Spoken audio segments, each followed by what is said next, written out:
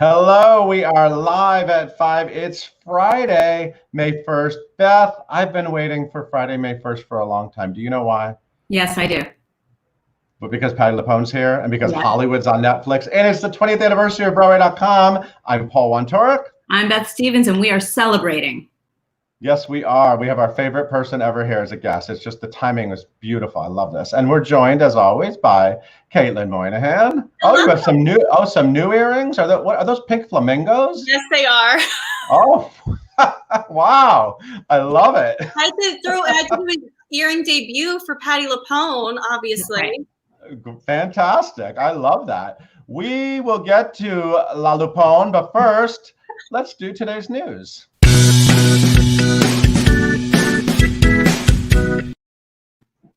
Obviously, Sunday night was a big hit, and now we have the numbers to prove it. That is right. So the Sondheim 90th birthday celebration on Sunday, which you can still view on Broadway.com's YouTube channel, and you can still donate, has raised over $400,000 for its charity, which is A Step, Artists Striving to End Poverty. And of course, Patti LuPone, our guest, was a part of that, and a lot of other stars as well. So check it out and donate. It's for a great cause. Hey, Beth, almost 2 million people have watched it so far, which is incredible. I've watched it almost 2 million times myself. It could have okay, so maybe it's not 2 million people. Maybe it's 1 million people watching it twice, but still, it's incredible. We're very excited. Yeah. Yeah, and although, this award season is all crazy, we still get to celebrate these fresh nominees. Yeah, so actually, I didn't realize, Beth, that the Drama League was going to announce nominations last night in addition to their Gratitude Awards. But we found out their nominations for Outstanding Play, Production of Play, Revival of a Play, Production of Musical, Revival of a Musical, and the Distinguished Performance Award. So they're kind of giving all the regular awards out, right? That's the thing. With the truncated season, yeah. Alex Brightman and Leslie Rodriguez Kritzer announced the nominations, and Marianne Elliott, Patti LuPone's fantastic company director, is getting a special recognition award, and Terrence McNally for his unique contribution to theater. And yeah, so go on the site and find out all the other nominations, but it's still award season. It's a slightly different award season, but we're still doing the award season stuff like the Drama League nominations. Yes, and this news has me wondering who is going to be putting the GLAAD in Gladiator. That is always the question. Okay, so Hercules, which is a beloved Disney animated film, is getting the live action movie treatment. This is the thing they do now. And it's got a great writer behind it, Dave Callahan, who did Spider-Man Into the Spider-Verse, which was so good, and The Expendables and a bunch of other films. And it will be produced by Joe and Anthony Russo, who did Avengers Endgame. We don't have a director or casting or release date, and we don't know if they're going to use the Alan Menken, David Zippel score that we all love so much. But fingers crossed. I heard an Ariana Grande rumor was circulating. I don't know. She has that ponytail. She has that hair. She can do that. Yeah, and speaking of movie musicals, we got some info about the upcoming Matilda movie musical today. Yeah, that's right. So I think we heard rumors of this casting a while back, right? Yes, we did. Ralph Fiennes is now officially playing Agatha Trunchbull in the new film directed by Matthew Warchus. And of course, Warchus received a 2013 Tony nomination for directing the Broadway musical. And there are rumors that Emma Stone will play Miss Honey. That's still not confirmed. But yeah. Well, actually, now, so there were rumors that Emma Stone was going to play Miss Honey, and now the Daily Mail is saying that Jodie Comer, who won an Emmy for Killing Eve, is in. I don't know. So who knows? Okay, well, we're going to find out. But of course, Bertie Carvel and Lauren Ward played those roles on Broadway, and so this is going to be a big Matilda movie musical. It's all happening. Yeah. Yeah, and this weekend we got a fun awards night is still happening on Sunday. Right, as we mentioned before, but now you've got to get ready for it. The Lucille Lortel Awards are going to be happening on Sunday at 7 o'clock Eastern Time, hosted by Mario Cantone, who's always fun, and there are going to be some performances, so definitely check it out. Awesome. And that's today's news. And happy anniversary, everybody. This is very exciting. And the most exciting thing about today is what's going to happen next. Here's a hint. So Caitlin, why don't you tell everyone about today's guest and bring her in? Gladly. Yes, I mean, she doesn't need an introduction, but I'm going to give you guys one anyway. We have Patti LuPone here as our final guest of the week on Live at 5 Home Edition, live on both Facebook and YouTube, because we're celebrating a whole bunch today, including Hollywood's release on Netflix and, of course, Broadway.com's 20th anniversary. Patti stars in Ryan Murphy's newest Netflix project, Hollywood, that comes out today. You can binge it. You can do it all this weekend, and a bunch of our fellow Broadway favorites are also in that as well. She recently won an Olivier Award for playing Joanne in Company, and she's reprising that role in the Broadway revival of Company. She has over 25 Broadway credits, 2 Tony Awards. She's just an absolute icon, and I can't believe she's here with us today. You guys can, also she's a very famous basement now. So be sure to follow her on Twitter at Patti LuPone, and please welcome Patti and Paul. Oh, happy anniversary! I went back. Hi. Oh my God! See you were there. You are. Hi, Paul. Happy anniversary, Patti LuPone. I just love you so much. I just love seeing you. It just makes my day. It just makes my day. Thank you so much for being here. Thank you. How are you? You're on a little bit of a press tour. I am. With this, thank you for hosting, for making all of the Take Me Around the World celebration for Stephen happening. Thank you for making that happen. You and Raul and everybody at Broadway.com. Thank you for making that happen. It was so moving. It was so, I could cry right now.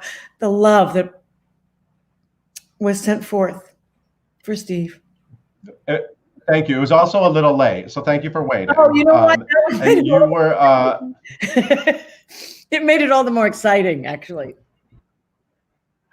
Well, yes, I planned it. I planned it out. I said, let's just have a cocktail and put it on whenever we're ready to put it on. But yeah, you singing a song like Anyone Can Whistle is just everything to me. So it was beautiful. Thank you. Thank you. I stayed up late last night, starting to binge Hollywood. I'm really into it. So this is a big, glamorous Ryan Murphy production. I mean, this is like the budget alone. I can't even imagine and your costumes and it's just like did it feel like you were kind of in a Hollywood fantasy land actually making this show? Yes, it was. I'll tell you a story. When I was 12 years old and I went we have one movie theater on Main Street in Northport, and you could go to the movie for $1. And my parents took me to see Disney's Swiss Family Robinson. And I fell in love with Tommy Kirk. And at the end of the movie, I remember exiting House Right and marching up that aisle, determined to go to Hollywood to be Tommy Kirk's leading lady. And I think everybody harbors a desire to be a movie star. Everybody harbors a desire to be on that silver screen. So now cut to Ryan offering me this role, and I get to California, and I don't know the Sunset Gower Studios at all. So on my first day of shooting, I'm taken to Sunset and Gower in Hollywood to shoot Hollywood. And when I left stage 12 to go to my trailer, I would look to the left, and there was the Hollywood sign. It was this insane, crazy dream come true. I lost my mind. And, we would leave whenever we would leave. Sometimes we would leave at dusk when the sky was pink and you'd turn around and you'd see that sign. And it was an amazing experience, on top of which this is an extraordinary cast. And I was talking to Samara Weaving today, and who plays my daughter in it. And it was a cast that some of us worked together, some of us did not. And yet we all came together at some point in the show. Yeah. And it was an incredibly copacetic cast. And everybody accepted and loved each other. It's very difficult on films. You say, hello, I'm Patti. Hello, I'm David. And let's get down to it. And this company came together fast and furious. And it's a very close company, I think. It's amazing what TV production is nowadays, because there's even a joke in the show, I believe, where you make a face when somebody says like happy Friday, where you say somebody made a joke about like, oh, I'm gonna have to go do TV, and you make a face. But TV now is like, it's just everything. I mean, a Ryan Murphy production is kind of the pinnacle now of a Hollywood experience. Well, I don't know what to call it because we stream it. Do you know what I mean? But I guess you're right. We stream it on television. Yeah, you're right. So it is TV, I guess. It's cable TV or your computer. I'm watching my computer basically. I'll go downstairs and turn on TCM in the famous basement. I'll go on and watch TCM, and then my son can figure out how to get me on Netflix from the from the television, because he was born in that era where he grew up with computers, etc. But more often than not, I'm on my computer watching things. Right. Yeah. So you play Avis now. Avis Amberg, right? Is that her name? It is. I gasped, as a Patti LuPone super fan, and especially as a Sunset Boulevard fan. That first scene where you say that it's like the late 40s. This is set in the late 40s after World War II in Hollywood, and you say that you were a former silent film star. Your character, you're almost like. Oh my God! I didn't even realize that. Are you kidding me? You could have been like, you worked with Norma Desmond. I mean, it's a parallel character. I never even realized that. Oh my God. Oh my God. But you know what I did do? I had a suit on in the Paramount scene, and there's a picture of Harriet Harris and Holland Taylor, Joe Mantello, and me, and we're looking at a phone and we're watching Simone Biles. And when I was put in the costume, I went, oh my God, it looks like everything's it looks like the Paramount scene. So I took the picture, and then, I showed the costume people and my castmates. I went, this is what I looked like in Sunset Boulevard. And it was almost the exact same outfit. That was my only connection with Sunset and Hollywood, but I never even thought about that. Oh my God. And also, you looked so fantastic. You look so great on this show. I was like, she could still do a Sunset Boulevard movie. I know that's not on your dream list, but I'm just saying it's on mine. Yeah, I did. They had the costume, makeup, and hair. It's a shout out to them right now, to the costume department and Sarah Evelyn Braun and Bram, and the makeup and hair department, Barry Limo and Kim Ayers for their genius. I mean, when I would go to a costume fitting, well, my first one, I got to tell you this story because this is really wonderful. My very first Hollywood movie. First time I was brought to Hollywood. My first movie was, a cheap version of Death Wish, Dino De Laurentiis. But when I was brought to Hollywood, by Steven Spielberg, and I was in 1941. Yeah. And that was. And I had a costume fitting at Western Costumes, which is the big costume house on Melrose Avenue. And I remember being brought into this gigantic fitting room, and there was a big poof, and there were floor to ceiling three cornered, mirrors. And I put on this dress, and I went, oh my God, June Allison wore it. I just know it. Of course, there was no label in it. I was just channeling somebody. So my first costume fitting for this was at Western Costumes, but Western Costumes had moved to the others in the Valley. And I walked into the lobby of Western Costumes, and I kind of burst into tears, because when I could do it right now, it's our dreams. It was every single movie star in their costumes that had been costumed or fitted at Western Costumes. And there were hallways filled with these people: Clark Gable, Judy Holliday, Spencer Tracy, Katharine Hepburn, everybody in that period that was fitted at Western Costumes. And so when I went to my fitting, I felt like, it's this kid's dream come true. I knew I was born for the Broadway musical stage. That was a given. When I heard my voice, I knew that's where I was. But we all harbor this secret of this magic that's created in Hollywood. Yeah, that's why I love Ryan Murphy, because he embraces so many people that I love, and he loves theater stars. And you're obviously a theater, TV, and film star, but like he really, he's really like a theater fan. You know what I mean? And he loves coming up with opportunities. When you watch this show, it's like, I love that there's somebody creating a role like this for Patti LuPone, because I it's know. just like it's heaven. I told him that. I said, you gave me the best role, in a series arc, you gave me the best role on film that I have ever had. And he loves women. And both Holland and I had sex scenes, and it's like, Oh, I know, I saw. But I saw you. But you also think, okay, these women are of a certain age, but what makes you think we don't have sexual urges just because we're of that age? And he loves women. He is provocative. He challenges people. He's very loyal to the actors that he hires. That's the other thing that is so extraordinary about Ryan. He's creating an ensemble of actors in the repertory company for film. And where else is that happening on film right now? Yeah. The sex scenes are already legendary.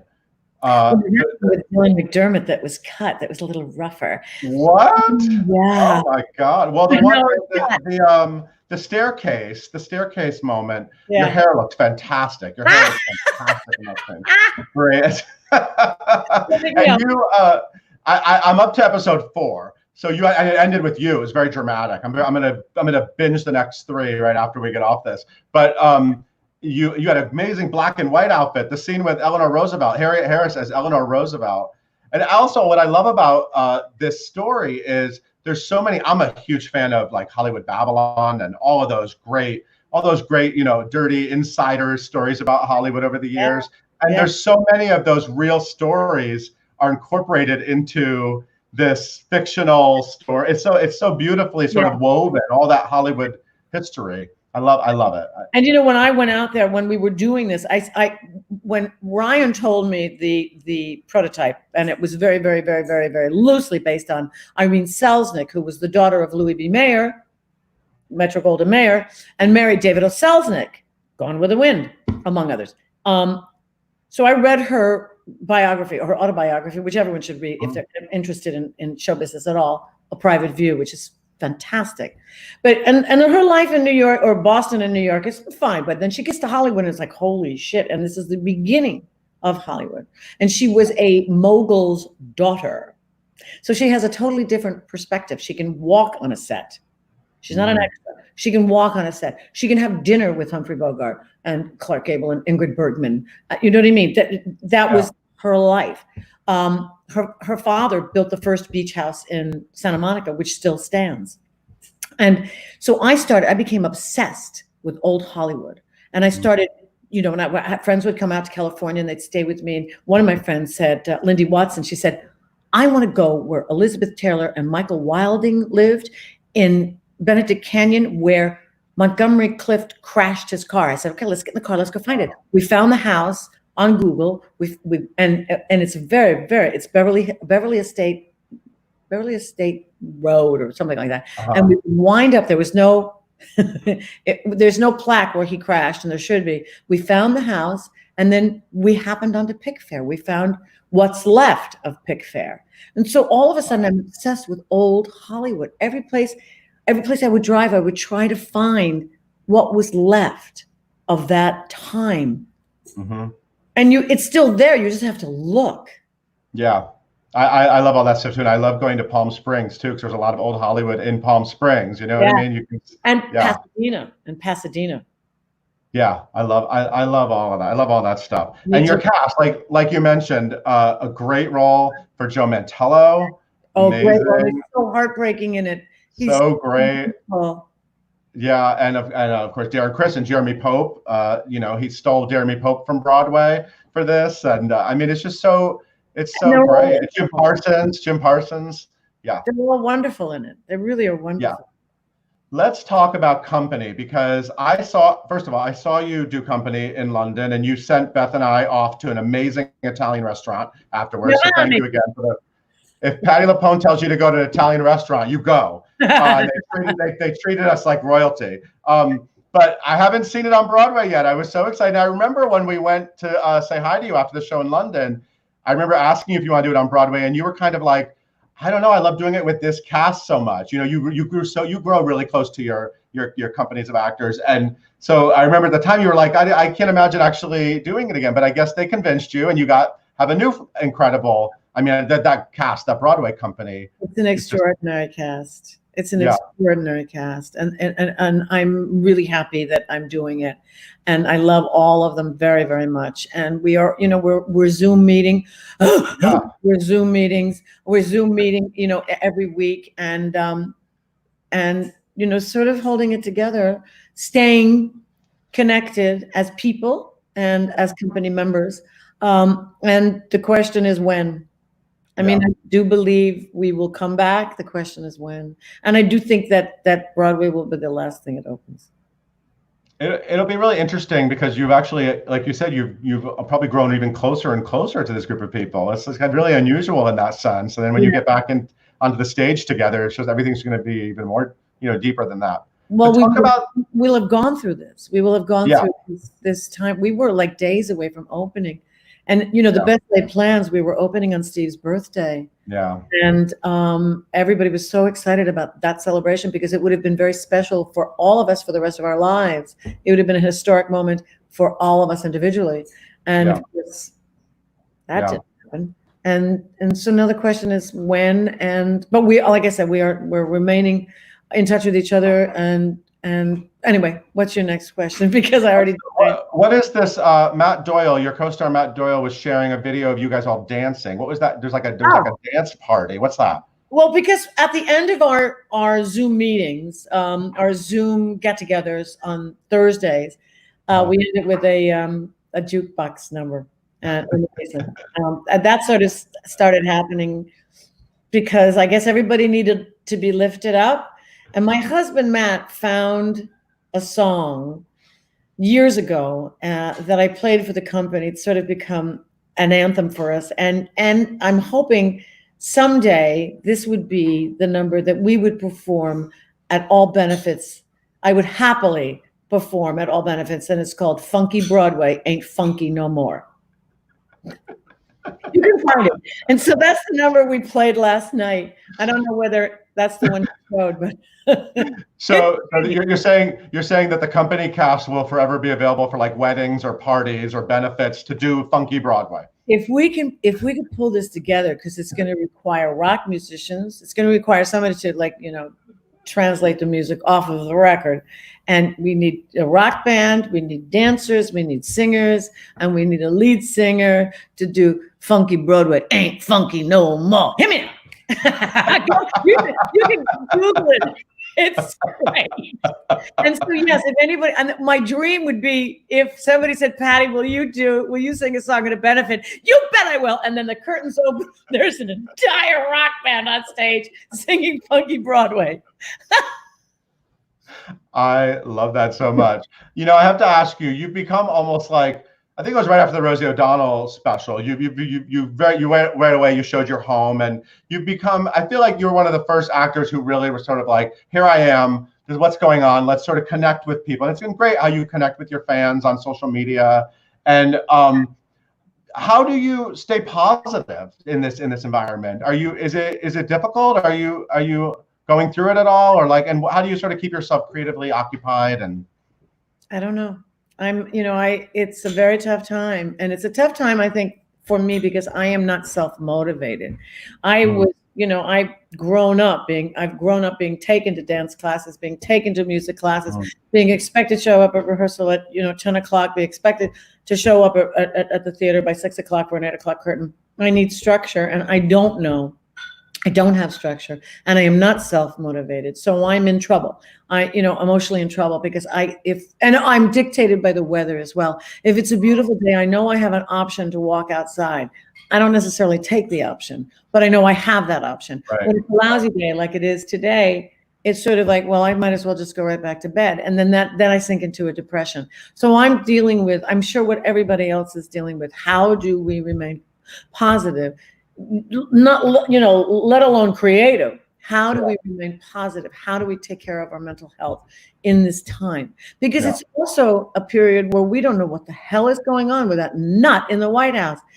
There's so many mixed signals. There's so many, you know what I'm saying. It's how are you handling it, Paul? Day by day, I've been really busy. I've been just staying extremely busy with work, and we have a small and mighty team, and we just have to keep going and keep coming up with ways to make it interesting. I mean, and I've been doing a lot of press for Hollywood, and I think once Hollywood is over, what now? And that's the point part. How do I feel what now? I have work I could do, yet I'm not motivated to do it. And that's, I don't know if that's a death wish or what. Do you know what I mean? It's sort of, I'm just not inspired to get out of bed. It's a scary time. At the same time, may I just say, at the same time, the other side of that coin is this is the first time in a long time I've had this much time with my family at home, and that I am witnessing the blossoming of spring in the fullness of time. And we have time. We have time to reflect. We have time to look out. We have time to look in. And it's a valuable lesson for all of us to understand. Yeah. To understand. Yeah. I love how open and honest you always are. Let's bring Caitlin in and see get some fan questions. Oh, you're getting emotional? Yeah. Oh, and look, all my little camisoles to your earrings, which are so spectacular. Yeah. Oh gosh, you guys, this is just the best. Okay, we're gonna take it to some fan questions. Okay. So Eden Anderson on YouTube wants to know, Patti, what is one of your favorite costumes from your career, since we were talking about costumes so much? Oh my God. That's a what? my husband just said The Old Neighborhood, which was one pair of pajamas. Then I could like equal that with The Anarchist, which was one prison uniform. Right. Comfy. Yeah, exactly. I've been fortunate to have absolutely stunning costumes on my body because of the roles that I've been given to play. And I would have to say costumes in war paint, and I would have to say costumes in Hollywood would be my favorite costumes. I can't distinguish between any one of them, but war paint in Hollywood would be. I'm telling you, a fan of yours forever. Seeing you in Hollywood, I was like, has she ever looked more stunning? It is so good, Patti. Thank you. It just keeps getting. It was a good period. Getting better. Pardon me? It just keeps getting better. You just keep getting better. Thank you. Amazing. Okay. So Lisa Paulweski wants to know 3 tips for being a badass on Broadway. Well, define badass. I mean, what is a badass? Because I had a question today that I was supposed to ask Samara Weaving. What is the biggest badass role you've played? I don't consider myself a badass. I consider myself somebody that just is living in the fullest every moment. I have no idea. I guess, you know what? All right, I'm going to tell this young lady, you do not allow anybody to diminish your self-esteem ever. Do not let anybody denigrate who you are. That's the baddest ass thing I can say. Did you always have that, or did you have to learn that? I think I had to learn that. I think I was, I'm really, people think I'm a badass, but I'm not. I'm like, I've been intimidated all my life. And the problem is that the intimidation is stifling, so that you can't celebrate what you're supposed to be doing, because you're just, like inside of a cocoon afraid. And so that's what I would tell anybody that is going into this business. Be yourself in its fullest glory, and don't let anybody tell you different. I love that. Gosh, you need to write so many books, all of them. Okay, so Sally Jonesy wants to know, what has been the most wonderful part of your career, and what are you most grateful for when you look back on it so far? Now is the most, from after Sunset Boulevard, after Sunset Boulevard, and everything that happened after Sunset Boulevard has been extraordinary. Being able to play Madame Rose, being able to do more Mammoth plays, being able to do the television stuff that I've done, especially now being in company and Hollywood. I mean, this period of time at my age is pretty incredible.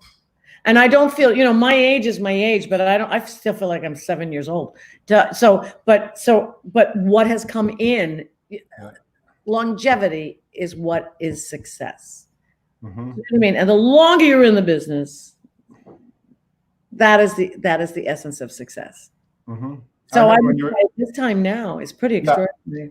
I remember when you were doing War Paint and you were saying, like, I don't know if I'm going to do another musical. And I know you were having some like health problems, right? And you were just kind of, and now look at you. Now you're like in this amazing new TV show and a will be Broadway hit when it comes back. I mean, it just feels like, it just must feel amazing. That just feels like it just keeps getting better. Well, thank God. I thank the gods and goddesses, yes, and the muses and Thespis. I thank, yeah.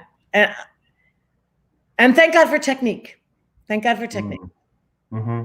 Yeah, and you must feel the love from younger actors when you work with them, and you must like just feel that people are so excited to work with you, and then you always leave them with an amazing experience. I mean, I always hear great things from your co-stars, and you're just I don't know. Am I kissing your ass enough, Patti? No, you know what you're talking about is paying it forward. Is what you're talking about. And I've had good experiences and I've had bad experiences. But if somebody comes to me and asks me something, I will pay it forward because it's important to do that. It is, I mean, the luck that I've had, I want other actors to have. I love success for other people. I love talent. And if somebody asks me a question and I can help them, I will do that. And so I think what you're talking about is exactly that. I had people help me, and that's paying it forward. People that talked me off the ledge, people that supported me, people that defended me. And it's essential to pay that forward. Mm-hmm. I forgot to ask you, what did you think of the ladies singing The Ladies Who Lunch, the trio on Sunday night? Well, I'm not quite sure what I thought of it. And I'll take another drink. I got a lot of feelings about that because I got to sing that now. So I got a lot of feelings about it. Of course. And that's all I'm going to say. Take a little drink to that. Amazing. Okay. Do you have time for one more question, Paul? Do one more. All right. Last one. I like this one. Carolina on YouTube wants to know, Patti, would you ever consider directing a musical or a movie? No, I don't think I have the capability. I think it takes wisdom. I think it takes patience. Two things I am not capable of. And I am still striving to be the best actor that I can be. So and people have asked me before, would you direct? You know what I would do? I would direct actors. I would be the associate director of the director, and I would direct actors. Because sometimes when I watch stuff, I'm going, because I'm on the outside, we're all in the proscenium, right? So I can observe from a proscenium, and I think I could help an actor in a situation, but I don't think I could ever direct the entire picture. Mm-hmm. I think you'd be amazing with actors. I think we all know that. Hey, Beth, are you entertained? Do you have any questions for Patti before she goes? I just love Patti LuPone. She's a truth teller. Thank you. Right? I know. And by the way, I just also want to say, while we're talking about costumes, Women on the Verge, that's all I'm saying. Oh, yeah. Women on the Verge. Oh, my God. They were pretty. What about the motorcycle wig? That wig with the drive-by? Yeah. I have to shout out, the great costume designers and the great makeup and hair people and the wig designers. They're the ones that put it on me. Do you know what I mean? I wear them, but and I'm lucky that I work with great people in the business. Not just me, everybody works with great people in the business. So Paul Huntley for wigs, Kathy Zuber for costumes, Catherine Zuber for costumes. It's like a no-brainer. And then the people that I worked with on Hollywood, Sarah Evelyn Brown, Barry Lee Moe for my wig, and Kim Ayers for my makeup. They They don't get enough credit, you guys. They don't, and they deserve a lot. Right. Well, Patti, thank you for getting us through this quarantine by showing us your basement. Show us whatever parts of your house, your garage. That's a good idea. Maybe you'll show the garage next. That's a brilliant idea. But like seriously, Patti, Beth and I have been working together for 20 years, and the reason why we love what we do is because of people like you. Honestly, it's the actors that we love, and we love watching their careers and checking in with them over time. So it really does mean a lot that you're here today. Oh, thank you. Well, thank you for asking me. You know I'll never turn you down, Paul. You know that. And everyone, I'm Pop Caitlin back in. Everybody has to watch Hollywood. You can watch Hollywood. You can have 7 hours of Patti LuPone this weekend. and Jim Parsons, and Holland Taylor, and Joe Mantello, and David Cornswet, and Jeremy Pope, and Samara Weaving, and Darren Criss. It goes on and on and on. They're so wonderful. They're all so wonderful. Happy anniversary, Broadway.com. Happy anniversary. Thank you so much, Patti. Hey, Caitlin, why don't you take us out? Yes. Thank you guys so much for tuning in for this very fun and special celebratory Live at 5 home edition. You guys can keep in contact with us where we get your podcasts by searching for hashtag Live at 5 and hitting that subscribe button. Have a great weekend. Stay inside. Stay away from people. Wear a mask. And be sure to tune in next time we talk to Miguel Cervantes of Hamilton.